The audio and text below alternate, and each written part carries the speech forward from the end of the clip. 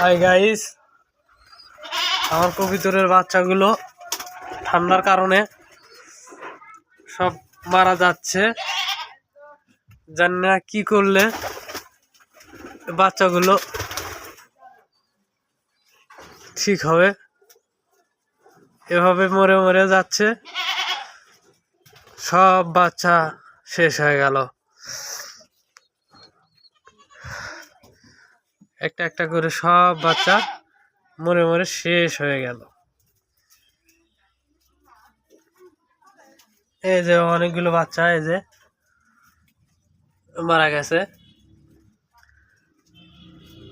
কি ভুলের কারণে যে এগুলো হলো আমি বুঝতে পারলাম না। এই যে ভাইস, আর কিছুদিন পরে এগুলো বিক্রি করা যেত এবং বের করাও যেত। কি কারণে যে এগুলো বাচ্চাগুলো আজ আমার এই ক্ষতিগুলো হলো আমি বুঝতে পারলাম না। আমার তো মনে হয় ঠান্ডার কারণেই এইসব বাচ্চাগুলি মারা গেল। আল্লাহর কি নির্মম পরিহাস, কি করা যাবে আর।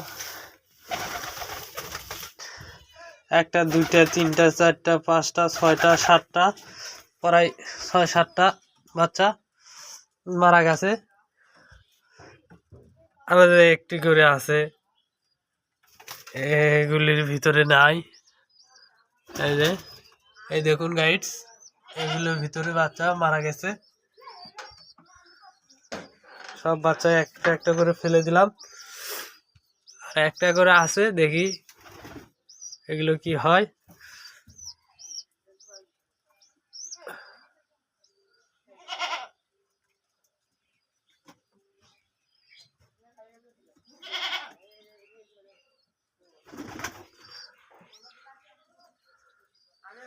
সব বাচ্চা মারা গেছে, জানি না কি কারণে, ঠান্ডার কারণেই নাকি। কিছুদিন হলো অনেক ঠান্ডা পড়ছে,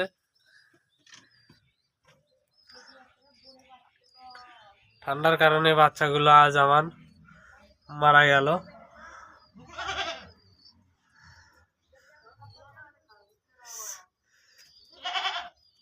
বাচ্চা সামান্য বড়।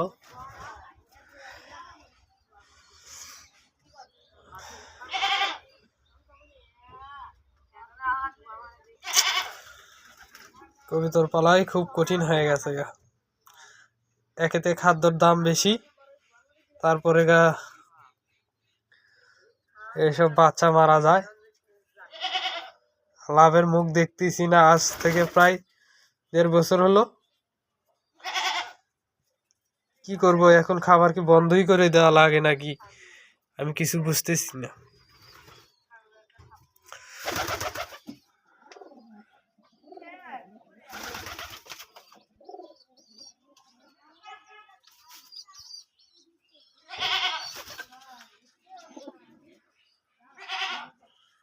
আজ মনে হয় খাবার বন্ধ করেই দিতে হবে।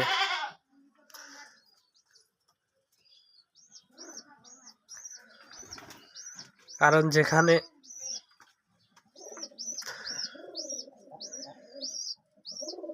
বাচ্চা না হয়, যেখানে আর্নিং না আসে, সেখানে শখ কাজে আসে না।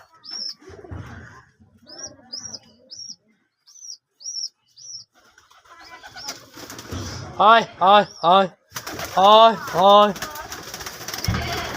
হয় হয় হয়। হাই গাইস, কবিতর প্রায় 10 জোড়ার মতন আছে। আলহামদুলিল্লাহ সব বাচ্চাগুলো মারা মারা যাচ্ছে, জানি না কি কারণে মারা যাচ্ছে।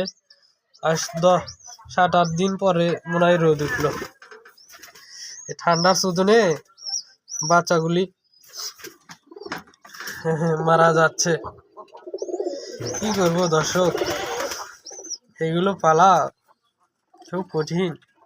এই 40-50 টাকা সের গম কিনে নিয়ে এসে খিলে এর বাচ্চাগুলো মারা যাচ্ছে। কি করব দর্শক, ভালো থেকেই ভালো লাগা, সেখান থেকেই পালা, আর সেখান থেকে বাচ্চাগুলো আজ আমি হারিয়ে যাচ্ছে। জানি না কি কারণে বাচ্চাগুলি বেশি বাঁচাতে পারছি না। আপনারা বলবেন কি করলে বাচ্চাগুলো বাঁচাতে পারবো, বুঝতেছি না। আজ এই পর্যন্তই।